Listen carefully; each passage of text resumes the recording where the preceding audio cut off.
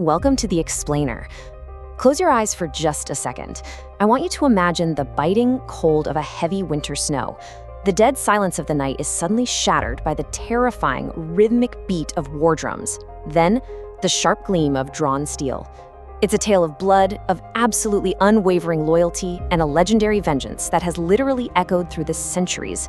Today, we're exploring the epic and deeply tragic saga of the 47 Ronin. Okay, but hold on a second. Let's pull back the curtain on that super cinematic opening.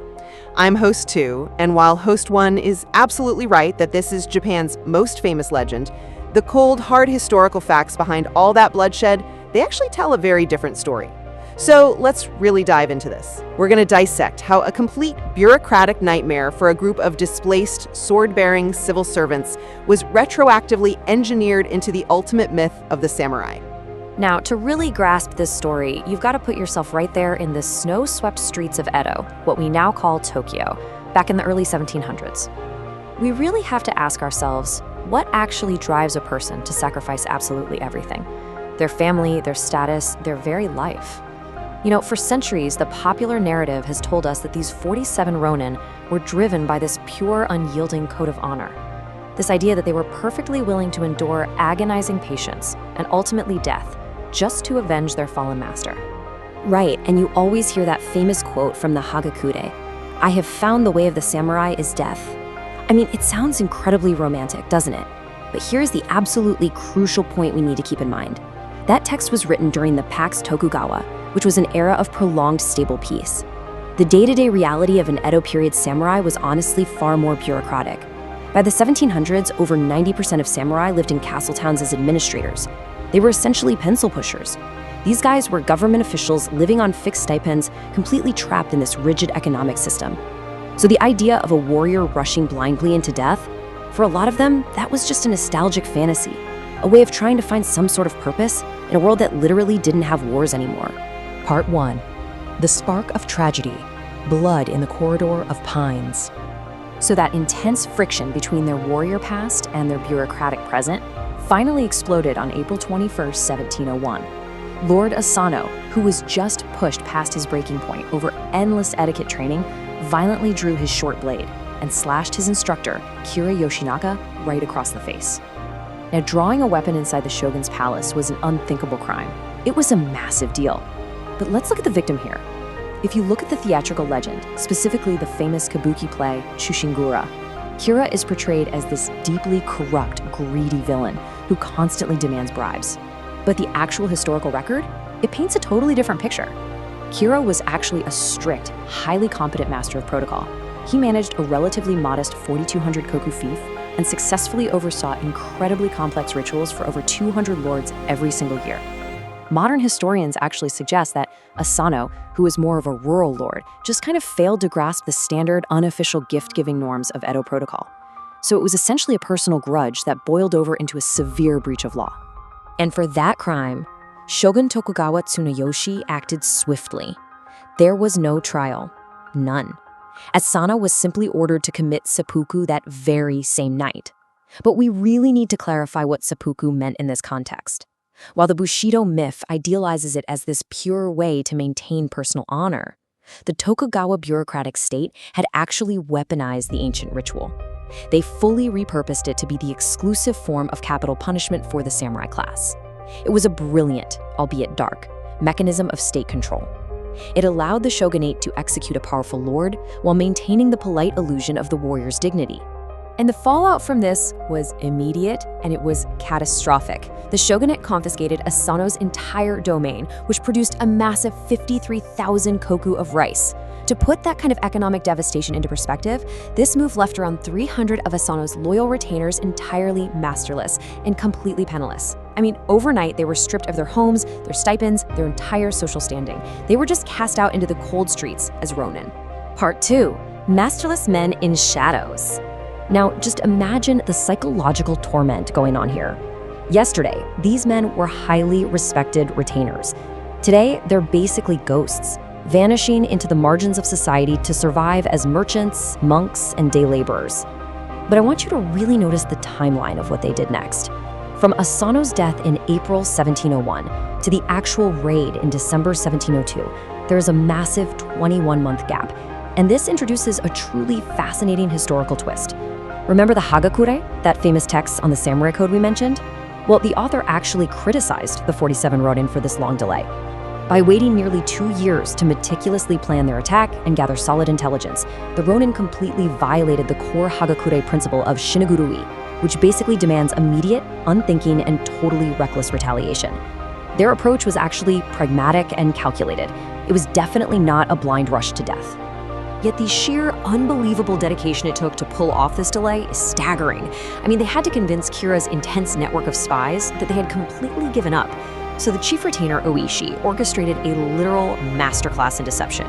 It was known as the Hiru Andan, or daytime lantern strategy. He publicly engaged in these wild drunken brawls and frequented brothels down in Kyoto. In one incredibly famous incident, Oishi fell asleep dead drunk in the middle of the street, and he actually allowed a random passerby to kick him in the face and spit on him. For a samurai, that is an absolutely unbearable level of humiliation. Meanwhile, his men were enduring crushing, miserable poverty. One of them even went as far as marrying into the family of the architect who built Kira's mansion, just so he could secretly steal the blueprints. Part 3. Blood on the Snow, the Midnight Raid. Finally, after all that, the 21-month deception pays off. Kira genuinely lowers his guard. It's the night of December 14th, 1702. A heavy winter snow is falling on Edo, as 47 shadows silently converge on Kira's heavily fortified mansion. And you have to understand, this wasn't just some desperate, chaotic brawl. It was an operation of cold, calculated military efficiency. The Ronin divided themselves into 2 highly coordinated units. They breached the front and rear gates simultaneously, actually using drum beats to signal their movements and sow maximum chaos. Going up against Kira's 60-plus defenders, they engaged in fierce, brutal hand-to-hand combat right there in the snow.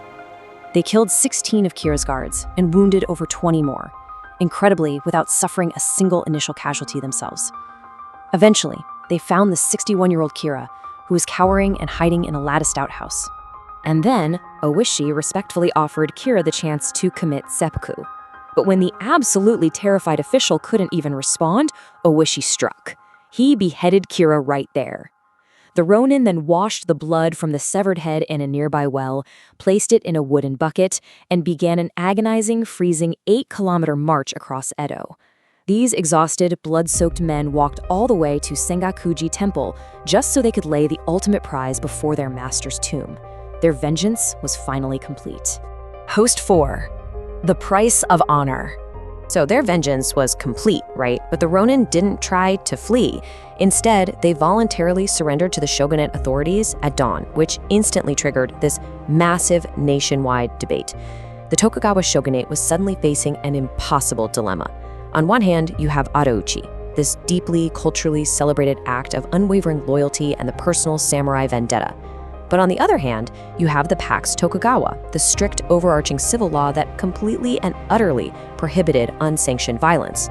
Intellectuals of the time like Ogyu Sorai argued that the Ronin clearly broke the law and absolutely had to be punished to maintain public order, while others praised them for their pure, unadulterated Confucian loyalty. Ultimately, the state decided that had to die, but they granted them the distinct honor of seppuku rather than executing them as common criminals. On March 20th, 1703, 46 of the Ronin knelt quietly on tatami mats and drove their blades into their own stomachs.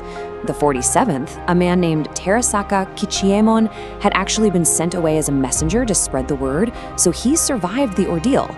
The 46 men were buried right beside their master at Sengakuji Temple. Almost instantly, their graves transformed into this eternal site of pilgrimage. Even today, centuries later, the smoke of incense literally never stops burning at their resting place. Part 5. Constructing the Samurai Mess. You know, the physical story basically ends at Sengakuji, but the cultural phenomenon, that was just getting started. For centuries, the narrative was driven almost entirely by theater and raw emotion. But modern open scholarship has really peeled back those centuries of theatrics to reveal the reality underneath. When you actually look at the primary documents, you don't find these flawless, one-dimensional heroes. You find very flawed, very pragmatic human beings. You find severe economic desperation among masterless men. You find clever political maneuvering to try and restore their clan's honor. And you find an act of brutal violence that was born just as much out of grim necessity as it was out of pure altruism. And the evolution of this legend over the years is truly staggering. Initially, to evade government censorship, the event was highly fictionalized in the 1748 kabuki play Kanarehan Chushingara, which is where Kira was turned into that cartoonish villain we talked about. Fast forward to the Meiji era, and the story gets totally romanticized to help build a new national identity. Then, in 1899, Nitobe Inazo writes his famous book, which largely invented this formalized concept of Bushido specifically for a Western audience. Tragically, by the 20th century, this carefully constructed myth was fully weaponized. The Imperial Army actually used the story of the 47 Ronin as propaganda to indoctrinate kamikaze pilots, heavily promoting the idea that suicide before surrender was this ultimate, unbroken samurai tradition. As the historian Carl Friday so perfectly puts it, the way of the warrior is not one construct, but many. The idea of Bushido as this ancient, unbroken, universal code was largely a modern invention. It was applied retroactively to these Edo period sword-bearing bureaucrats who were really just trying to navigate a rapidly changing world where their traditional martial skills were no longer needed. The Ronin were reacting to their very specific time and place, not blindly following some timeless instruction manual. Which leaves us with one final, lingering thought. We know now that the 47 Ronin weren't these perfect mythical archetypes. They were desperate men navigating a suffocating, rigid bureaucracy who calculated a brutal murder over the course of nearly 2 years. So what do you think? Does knowing this cold historical reality diminish the legend for you, or does the fact that they were flawed, pragmatic humans who still chose to walk through the heavy snow that night, fully knowing it would end in their own violent deaths, does that make their sacrifice all the more profound?